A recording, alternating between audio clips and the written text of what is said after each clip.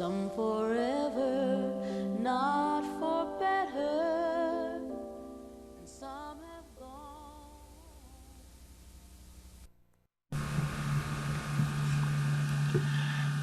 At one time, there was a well-known landmark in Antrim called Greystone Lodge.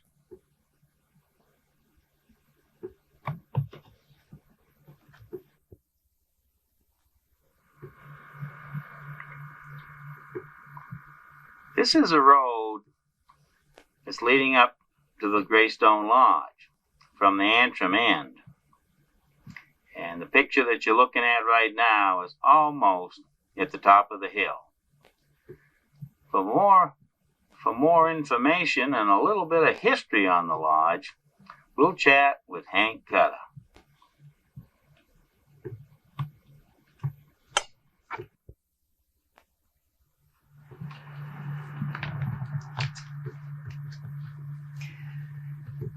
I was looking at your pictures, and they were very interesting, and I thought that I had some pictures, and I checked around, and I found some good ones of the lodge. Would you be interested in looking at them? Sure would, Hank.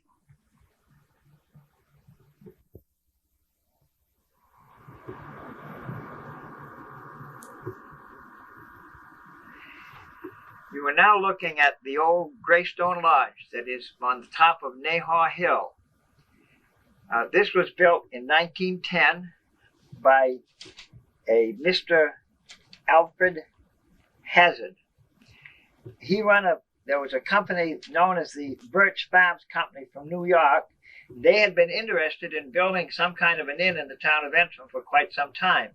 The townspeople were kind of in favor of building it on Holt Hill because they figured that there was a good beach for swimming and a lot of fishing there and a good open side for people to have picnics. They thought that was an excellent place. But Mr. Hazard thought that his clientele would be a different type of people that would be more interested in partying, and that to get away from the hubbub of a city, which most of the city people like to do, that a more remote spot like the top of the hill would be a more likely place. So with the people of Antrim didn't like the idea very well, but they went along with it. So it was decided that it would be built on top of the hill. When this was a nice spot too, because at that time it was pretty open, and you could see in almost all directions. But there was no road up there from the north side or from the Antrim side. So when he started to build in February, all the material had to be brought up from the south side of the hill. And that was in February when he started. And at the March meeting, the town reluctantly voted to put a road up from the north side, which is the road that we know now as Greystone Road. He went on to build this building, and he employed the local people to build. And the help was also mostly local, with the exception of a professional chef and a housekeeper that kept things in order. He ran this place for about a year, and then it was sold to Mr. Robert W. Jameson.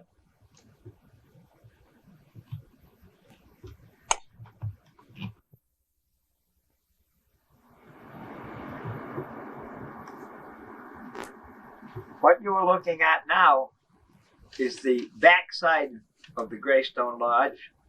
And after it was sold, after Mr. Jameson bought the building, he set up a local corporation and made several changes. The new president was William E. Cram. Cram at that time run the store that is now Dickie Edmonds's. And he made many, many changes on the building, which will be shown in the next pictures.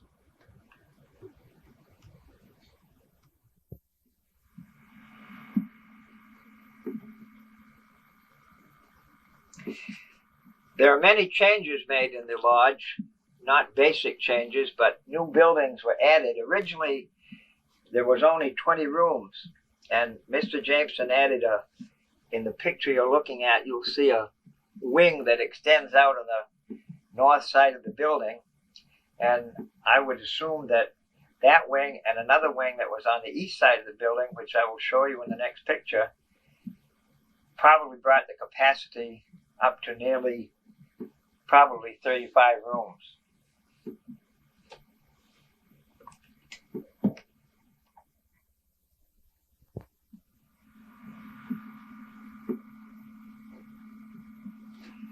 On this picture, on the right-hand side of the picture, you can see another building that was put up there. And the upper part of that building was where the help stayed. In the lower part, there was a laundry and other working parts that they used to repair plumbing in the building and various other things. And off to one side, which is a garage where they stored the car, they had a car that would go to the depot and back and bring the people up to the lodge. And that building was standing in my time, and that burned or was taken down a long time before the lodge actually burned.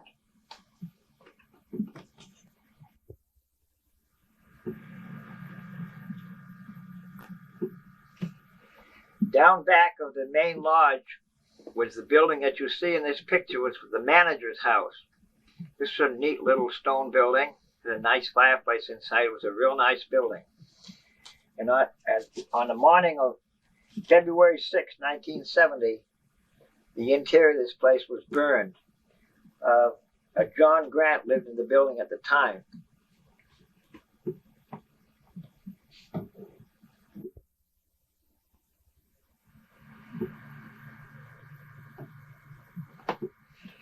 As one walked up the walkway and onto the lodge, he walked onto a wide veranda that was probably 20 feet wide. It had a fieldstone wall all the way around it, cement. The deck itself was cement. And then you walked into the main lodge, and as you walked in, the picture you see is what confronted you. In the corner to your left by the staircase was where the desk was as you entered. You come out into this big room, and it was a beautiful fireplace. And as you notice, all the beams and supports were white birch, and even the panels over the lodge and over the top of the stairway, you can see square pieces of white birch were set in there. It was a very, very beautiful place. A nice air, clear on the mountain, beautiful view in all directions. It was really a beautiful place.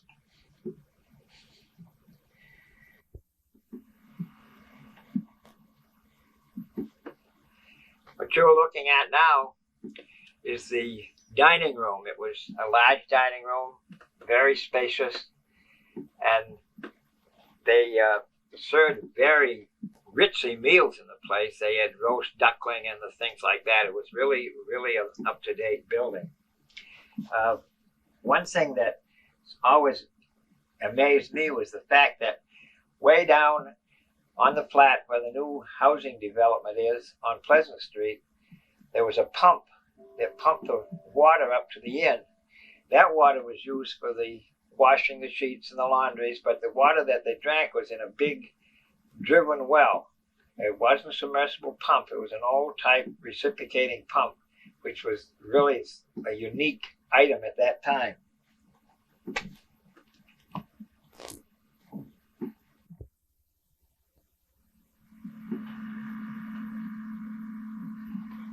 Among the many changes that Mr. Jameson made when he took over the place was, as well as the tennis court, he added a golf course. And as you came out of the main building and headed for the golf course, you walked by this tennis court that you now see in the picture. You proceeded down probably a quarter of a mile, down through a nice shaded path, a beautiful spring where everyone stopped and quenched their thirst, down onto the golf course.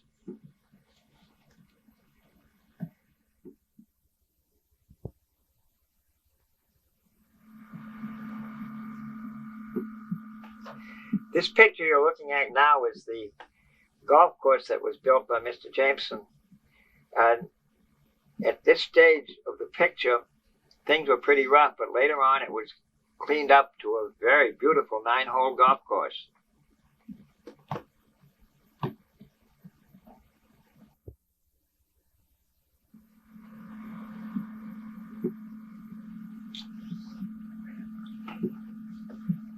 as you look at this picture, you can see that the golf course is very well groomed, and that flag that you see standing there is the number 3 green. You can see Greystone setting high on the hill. You walk down through that stretch of woods and came onto the golf course.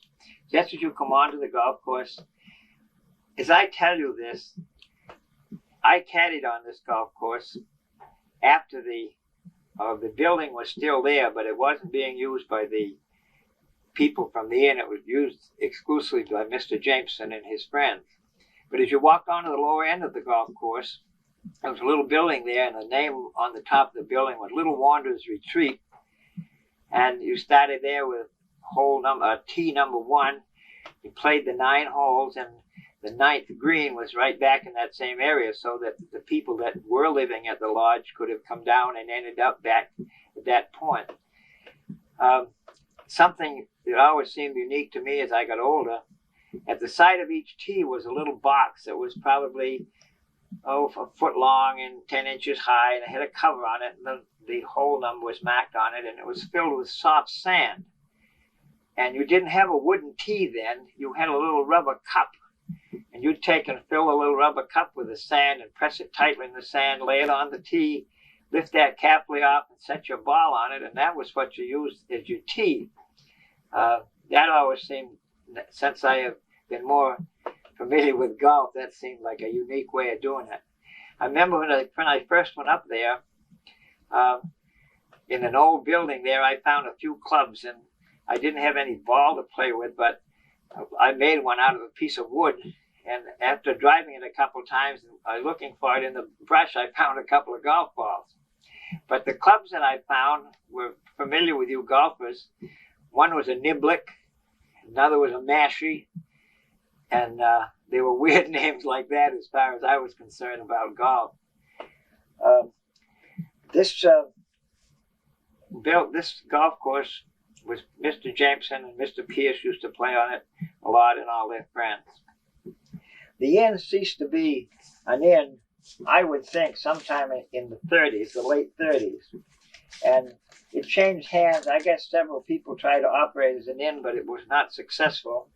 And it ended up by some of the people would use it as a summer home. I can remember a party, I believe the name was Reddington, that lived in Florida, and they come up and spent their summers up there.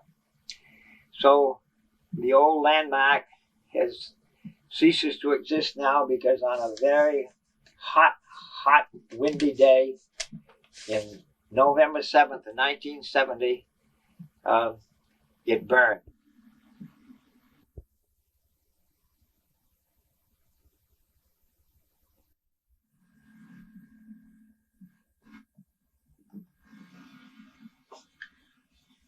To my knowledge, this is the only photograph that was ever taken of the lodge when it was ablaze.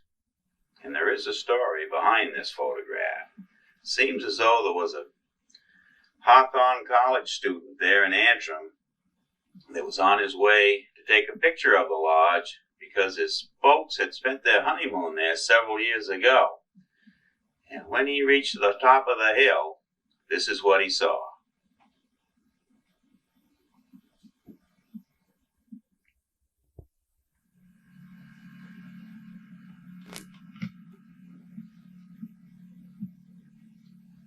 These next few photos will show the ruination of the lodge after the fire.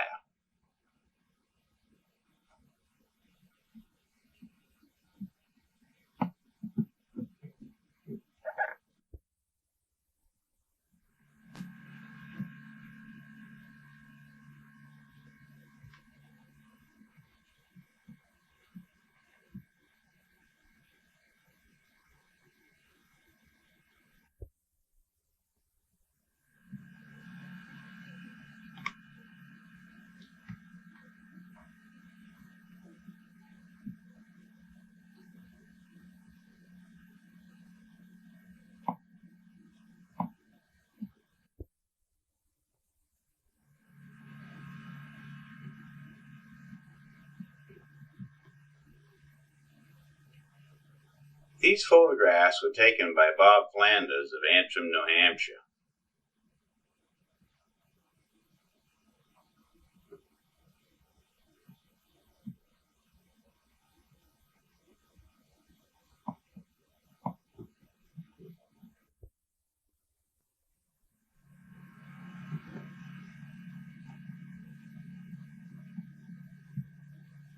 This is a photograph of that fireplace that was in the main dining room.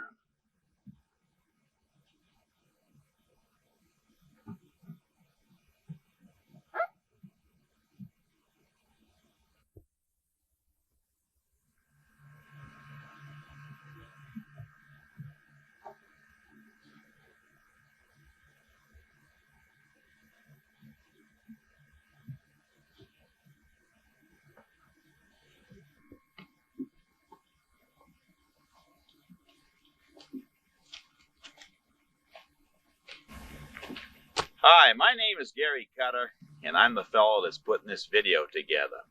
And with me today is Louis Bazzaio, but he's referred to his friends as Zeke or Louie. And Zeke was the one that put the lodge to rest. Is that right? That's right. And what, that's about 1971, approximately? Yes, it was. And I was working for Smitty Harriman at the time, and he got orders, and this was my job to take the whole thing down, the chimneys, and bury it, get rid of it, clean off the ledge. Now, who owned it at that time? So, I believe the land was owned by Verney.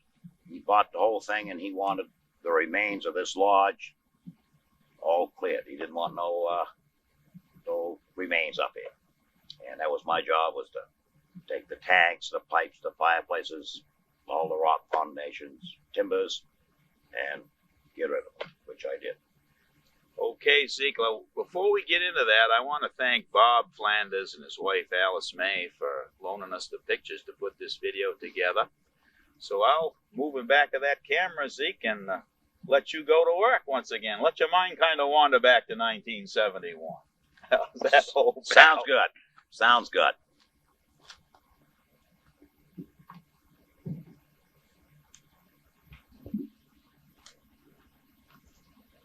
Zeke is walking down to where the old porch used to be. I should be on the part of the front porch now that used to run right along on this, and this is where the wall came up from the ledge, right along this area here. And if you notice, you can still see part of the stone pillars that came off this wall. Is right along this ledge. And I couldn't bury them because I couldn't get behind them to push them, but was where they ended up. These are the rocks from the front porch that Zeke was talking about.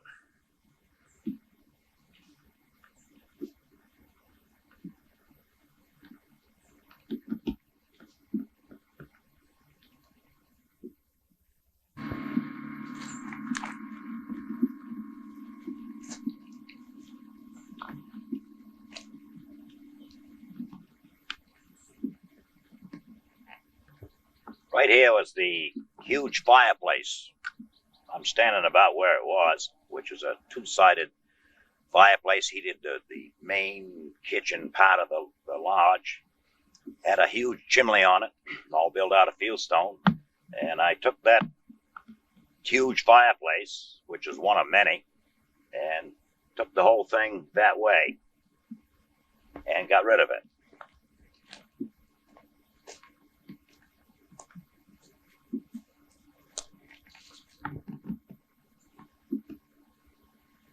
As that building, as I got pushed the material over here, it was high, and this part along in this area contained all the water tanks. There was a 1,000-gallon tank with twisted pipes and what have you.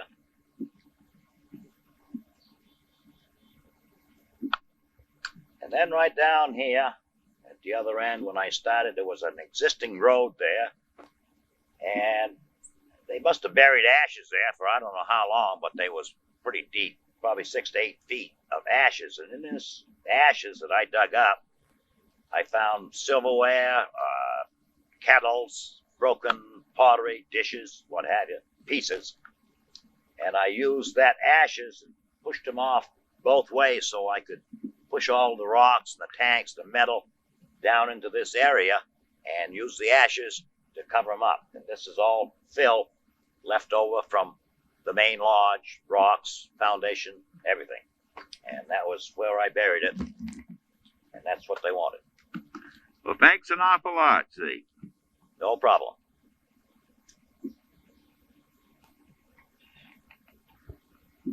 You can see how it's grown up since the lodge burnt. It's been a little over 2 decades now.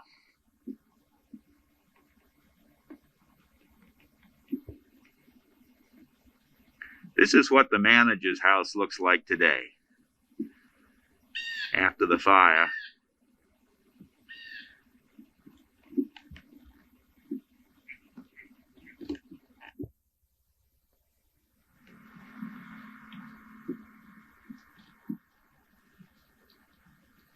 These old buildings here, they're all built out of fieldstone.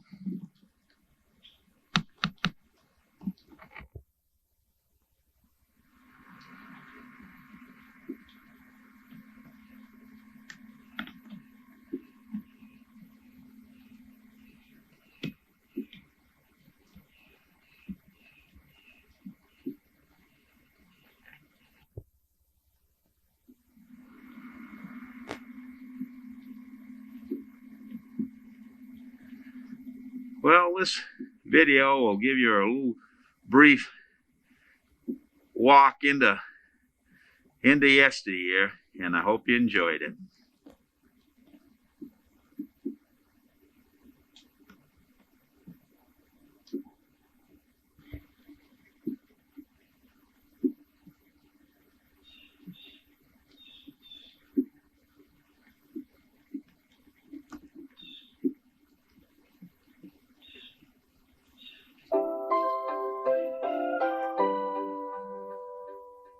There are places I remember all my life, though some have changed, some forever, not